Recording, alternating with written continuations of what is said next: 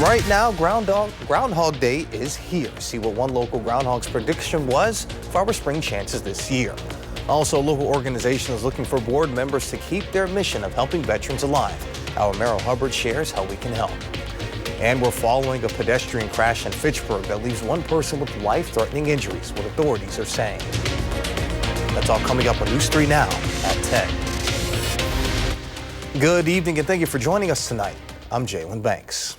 Well, today is Groundhog Day. Our very own Jimmy from Sun Prairie predicted an early spring. But how accurate are the groundhog's forecast? Our Tanasia Shaw was in Sun Prairie and has more. For 60 years, Sun Prairie's very own Jimmy the Groundhog has helped us find out if we're going to get 6 weeks of winter or spring. Early spring, woohoo! I am absolutely jazzed. This year, Jimmy didn't see his shadow, and Wisconsinites aren't upset about the results. Why do you prefer warm weather? Because it's so sunny and nice. I like spring because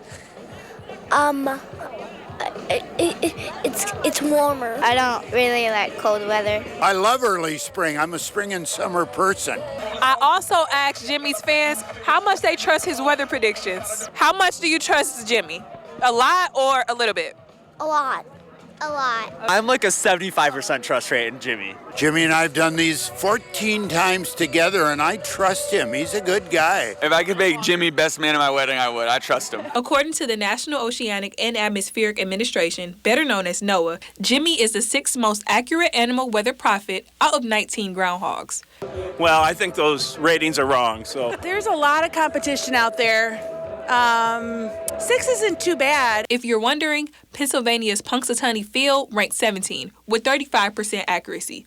Jimmy has 60%. I want to see him get his number up a little bit. I want to see him work on his stats. But I think he's got potential, yeah. Even Jimmy himself was surprised by the ranking. Noah said you are number 6. Even though Jimmy isn't number 1, he's still a trusted source for locals. I love Jimmy. No, he's always right. Reporting in Sun Prairie, Tanasia Shaw, News 3 Now. Tanasia, thank you. Well, to see how accurate Jimmy is, let's get a look at your first warn forecast with Blaze Keller, who's out on the weather patio.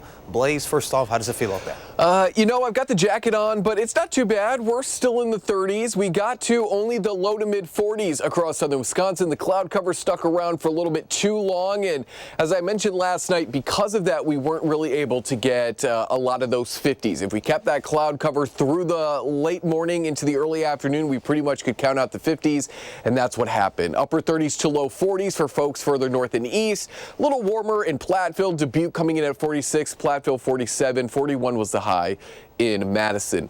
Now tonight, we are expecting a light wintry mix to begin, but a lot of that accumulating snow is going to stay off to our north as marked there by those winter weather advisories. Future track bringing in that snow and staying really north of the Dells as we go throughout most of your Monday.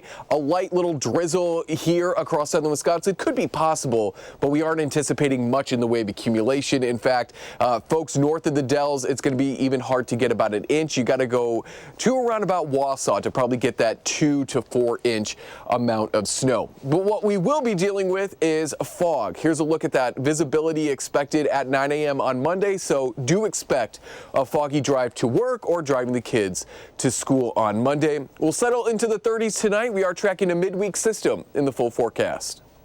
All right, sounds good, Blaze. We'll see you in just a bit. And you can stay up to date with the weather on our First Warn Forecast weather app. It is hourly forecast, road conditions, and the latest radar. You can download it for free in your phone's app store. Just search WISC Weather. Fire officials in Jefferson County issued a burn ban after a brush fire in the town of Oakland Sunday. The Fort Atkinson Fire Department said the fire occurred on the 8000 block of Marsh Road. Fire crews arrived in 12 minutes of the dispatch. Upon arrival, firefighters encountered approximately 5 acres of marshland on fire. Fire crews faced 2 separate fire fronts on north and the south side of the tree line. No structure damage and no injuries were reported. The fire originated when ashes in a burn pit were carried by strong winds into the adjacent marsh, igniting the fire. One person is dead and 3 others are seriously injured after a high-speed chase in Caledonia yesterday afternoon. The Columbia County Sheriff's Office say a deputy attempted to stop a vehicle going westbound. The vehicle failed to pull over and they sped up to over 100 miles per hour. It was unable to get around an exit ramp due to its high speed, and a rollover crash occurred.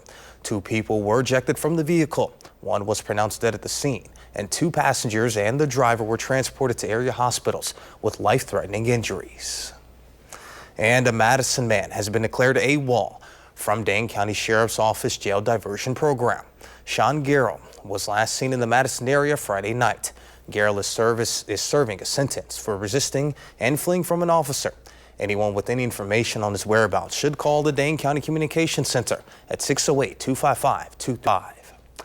A 44-year-old Madison man is arrested after allegedly driving from a traffic stop in Stoughton Friday night. Stoughton police say around 8 p.m. officers stopped chasing the man as he was allegedly driving recklessly in a residential neighborhood. The vehicle later crashed, rolling over and landing on its roof. Stoughton Fire and EMS pulled the man from the vehicle and took him to the hospital. He was then booked into the Dane County Jail on eluding an officer and possession of a controlled substance, as well as other charges. 2 people are injured after a crash outside of Fitchburg Church this morning. Police say a 86-year-old man accidentally accelerated rather than braking in the parking lot of Doxa Church, hitting a parked car and 2 people. A 22-year-old woman was hit by the vehicle and received minor injuries to her leg. A 52-year-old woman was pinned underneath the car, then was freed by bystanders and transported to a local hospital with life-threatening injuries. Are you looking for ways to help Wisconsin veterans in need? Well, Stand Down Madison, a local nonprofit that gives resources to unhoused veterans, has spots open for people to step in and help. Our Mayor Hubbard sat down with its current leaders to see why they need more volunteers. I am a veteran. We're trained not to ask for help. Angie Nichols is the president of Stand Down Madison. This is a group of civilians, veterans, whatever, coming together to say, what do you need? It makes it easier for them. So that has always been important to me. Stand Down is a nonprofit that gives unhoused veterans access to clothing, food, housing, employment, and health care, mainly through their big October event. That was the powerful part for me is, why am I getting up at 5:30 in the morning to go to this event, and then seeing it really just kind of spoke to me. So decided to continue volunteering. Rocky Manning is the treasurer of the nonprofit. I'm not a veteran myself, but I'm very passionate about helping the veteran community.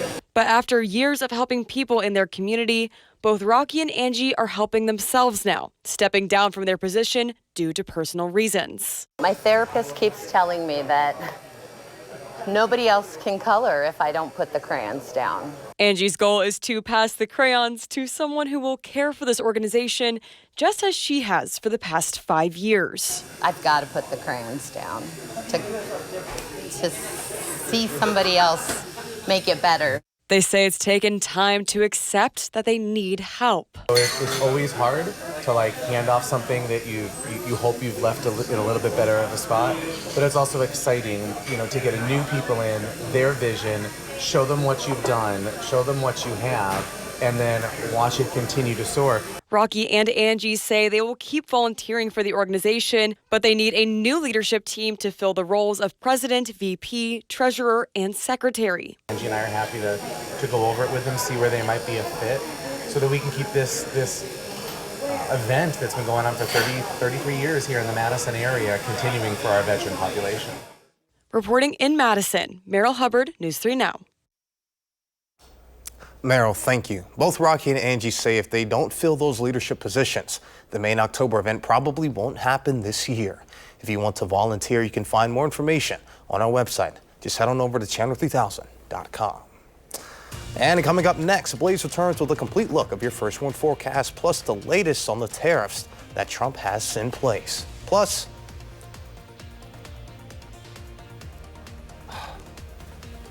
Yes, with the highlights from tonight's Grammy Awards. You're watching News 3 Now at 10. Moving forward. thank you for staying with us. President Trump has signed an executive order that imposes steep new tariffs on goods from Mexico, Canada, and China. Canada responded hours later with retaliatory tariffs of its own, while Mexico said it was also planning to issue tariffs on the U.S. CBS's Chanel Call reports from New York. President Trump declared an economic emergency in order to place duties of 10% on all imports from China and 25% on imports from Mexico and Canada. The tariffs are set to go into effect on Tuesday. The president's actions involving the largest U.S. trade partners drew swift condemnation from Democratic leaders. I think we might want to call this the Donald Trump Super Bowl tax, with the big game coming next week. If you know, avocados, tomatoes, beer from Mexico, price is going to go up. What's that going to mean? Higher prices for New Yorkers, higher prices for Americans. It's going to affect almost everything. On social media, President Trump wrote that tariffs were necessary to protect Americans, to pressure the three nations to do more to curb the manufacture and export of illicit fentanyl. He also wants Canada and Mexico to reduce illegal immigration into the U.S. This is retaliatory to a certain extent. Millions of people flowed into our country through Mexico and Canada, and we're not going to allow that. Absolutely. Fentanyl through Canada, human trafficking through Canada, also with China in that mix for fentanyl as well. Canadian Prime Minister Justin Trudeau pushed back. Our border is already safe and secure, but there's always more work to do. Less than 1% of fentanyl, less than 1% of illegal crossings into the United States come from Canada. Trudeau also said Canada would slap 25% tariffs on up to $155 billion on goods, including alcohol and fruit. Chanel Call, CBS News, New York. In addition, energy imported to the U.S. from Canada, including oil, natural gas, and electricity, would be taxed at a rate of 10% under the Trump tariffs. Mexico's president, Claudia Sheinbaum, ordered retaliatory tariffs on a range of U.S. goods. Now let's get a look at your first warn forecast with meteorologist Blaze Keller. Blaze. And as we mentioned earlier in the show, we are expecting a little bit of snow as well as mainly fog and cloud cover overnight. That snow going to stay mainly north of the News 3 Now coverage area. It's Wednesday that we then see a bigger chance and a more widespread chance for more meaningful precipitation, whether that's a mix of a rain, snow, or just more snow as the GFS wants to paint here. We're going to find that out in the coming days, especially tomorrow. We're going to get not only our short range models in this time frame, but we're also going to get a clear picture from both the European and the GFS model. And I'll touch on why here in just a moment they look so different. But if you want the snow, if you want the precipitation, you want the European model's interpretation. We'll likely get a sort of blend of both, and that could mean a couple inches of more of this wet, heavy snow. This is going to be coming out of the south. The European model, if it all holds together, would bring us anywhere between maybe 2 to 6 inches of snow, probably more of those pockets of 6 inches, whereas the GFS, because we don't really see a whole lot of that snow and maybe some drier air mixing it with some rain, we're looking at possibly a half an inch to an inch at best, higher amounts further north where that air is cooler and more of that precipitation falls as snow. So why is the European looking different than the GFS model? We're looking at the surface pressure marked by these lines. And right here, it doesn't look like much, but this is the center of that Wednesday's system. This is what we call a closed low. And like in the winter and in the spring, these closed low systems are more organized and they have more mechanics working in the atmosphere to produce more widespread precipitation. And they're just a little bit better for us if we want that. The placement is kind of the same between the GFS and the European model, but the GFS's closed low is really hard to see. It really doesn't take on that characteristic. We don't see that defined low pressure system. We see a big area of low pressure and then maybe a slightly more organized spot there towards St. Louis. And that center is a little bit too far south. We want that further north to get just that little bit more energy out of this weaker interpretation Wednesday into Thursday. So depending on what happens, we'll likely see some snow, but at least the European model continues to hold that this is a stronger system. And as I mentioned, tomorrow and especially Tuesday, our shorter range models are going to get this in their model run, and that's going to give us an even clearer picture. So stay with News 3 Now. We'll keep you updated, but let's just plan on a wintry mess on Wednesday. And then looking beyond that, we are looking at maybe a cool down as we go into the middle of February. I know Jimmy predicted an earlier spring, but we still are in the heart of winter, so we got probably a couple more cool downs, and at least the first one comes maybe as we go into the middle of February. We're looking at the 30s tomorrow, where we're drier. We'll be slightly warmer, but expect cloudy conditions as well as that morning fog. There's a look at your 10-day forecast. Some flurries there possible Thursday.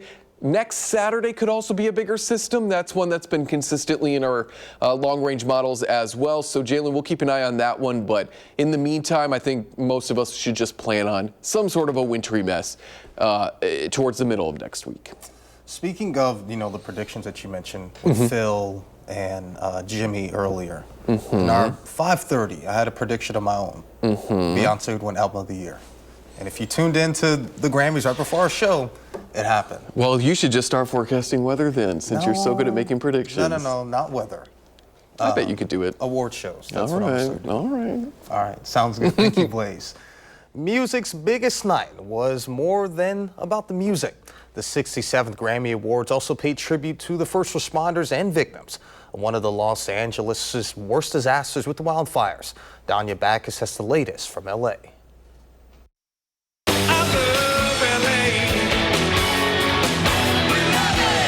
The 67th Grammy Awards kicked off with a performance of Randy Newman's hit song, I Love L.A., led by Dawes, whose members lost their homes in the wildfires that ripped across the city last month. They were accompanied by an all-star backup band. We decided we're not just going to be celebrating our favorite music, we're also celebrating the city that brought us so much of that music. The tributes to first responders and fire victims continued through the evening. Let's get it on.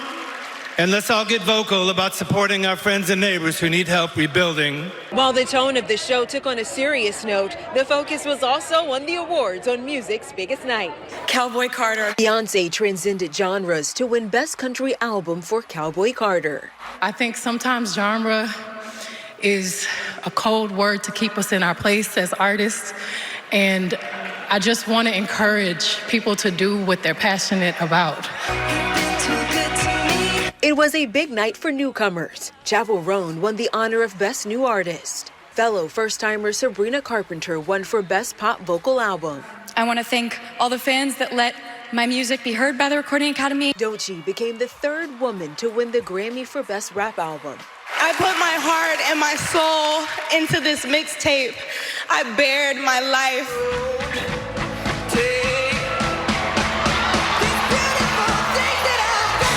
Music fans also got to see several great performances, but some of the most heartfelt performances celebrated the City of Angels.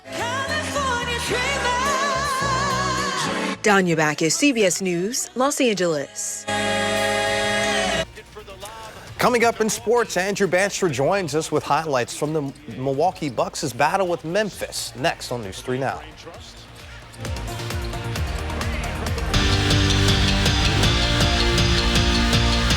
You could define the Bucks' 2025 season so far in one word: streaky. They've had stretches where they couldn't lose and others where they struggled to win. Heading into tonight, they had lost 3 of their last 4, trying to change this streak against the Grizzlies, one of the better teams in the association. Waning seconds of the third, Bucks with a 3-point lead. A.J. Green hucks a prayer. Green beans. The Northern Iowa product has been money for Milwaukee, but the 6-point lead that they took into the fourth quarter vanished quicker than it appeared. 2 minutes left in the game, and Luke Kennard drills a 3, and the Bucks, they would fall in this one, losing 4 of their last 5 now, 132-119, the final.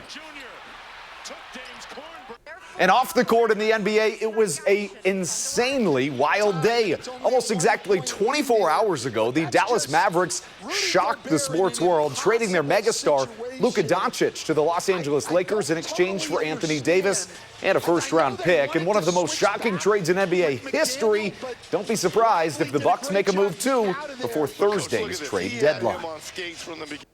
Wisconsin women's basketball snapped an 8-game losing streak their last time out and did it against a good Michigan team. Their opponent this afternoon was Purdue, who's played in 10 Big Ten contests this year and lost all of them. On paper, it's a perfect runway to turning this season around, and we're going to jump right into the fourth quarter. Wisconsin trailing 57-54. Sarah Williams feeds Carter McRae. She's good off glass. Makes this a 1-point game with less than 10 minutes to go. Williams finished with a game-high 27, but the Boilermakers, they responded to that bucket with a 13-3 run, putting this one way out of reach. Wisconsin loses 84-71, handing Purdue their first Big Ten win. How about the NFL's All-Star Game? Couldn't forget that happened today. 3 Pro Bowlers made it from the Packers to the NFC squad. Xavier McKinney, Rashawn Gary, and this guy, Josh Jacobs. End of the third quarter, the Packers running back catches a 1-point conversion, they call it, to give the NFC a 55-39 lead. That's not a typo either. A high-scoring affair that went in the NFC's favor. Packers fans like that one, 76-63. And you are not going to want to miss what we've got going on tomorrow night. A live taping of the Wisconsin Huddle with Badger defenseman Ben Dexheimer. That live taping starts at 6:45. And touching on the Pro Bowl real quick, we had a couple Badgers in there. Russell Wilson making his 10th appearance. Andrew Van Ginkel getting his first Pro Bowl nod. Jonathan Taylor, he's become a Pro Bowl regular as well. So Wisconsin well represented. Absolutely. As always, as they will be in the Super Bowl next week. Still waiting on that one. This week always feels like an odd little purgatory. I'm looking forward to it. I don't know, the Super Bowl makes me nervous. Even though I'm not playing it and even though I'm not on, I have like no stakes. It's just the pinnacle of pretty much North American sports. I agree. We'll be looking forward to Sunday. All right, sounds good. All right, in honor of Groundhog's Day, we're going to take a trip down memory lane. Jimmy the Groundhog, not necessarily being the greatest friend there, taking a nip at Sun Prairie's mayor at the time. This was back in 2015. Where were you guys at 10 years ago? I was a sophomore in high school, I believe. I don't ever want to hear that again. What? I was a senior in high school. Oh, 10 years ago, I was in Sioux Falls at my first job. Really? Okay. But we can all say that 10 years ago, we were not getting bit by groundhogs. By Jimmy the Groundhog, of all people. He was just whispering really, really close. Sixth most accurate groundhog, according to NOAA. Yes. Supposedly. 60% accuracy. Pretty good. All right, when it comes to weather prediction and accuracy, what should we expect this week? We're looking at cloudy conditions tomorrow, maybe a few snowflakes here and there, but I would say the best chance is definitely going to be further north. And then we see some flurries on Tuesday before a wintry mix returns by the middle of next week. 20s and 30s all throughout the extended forecast. All right, sounds good. Thank you all for joining us. We'll see you back here tomorrow. And as always, thank you for making it a great evening.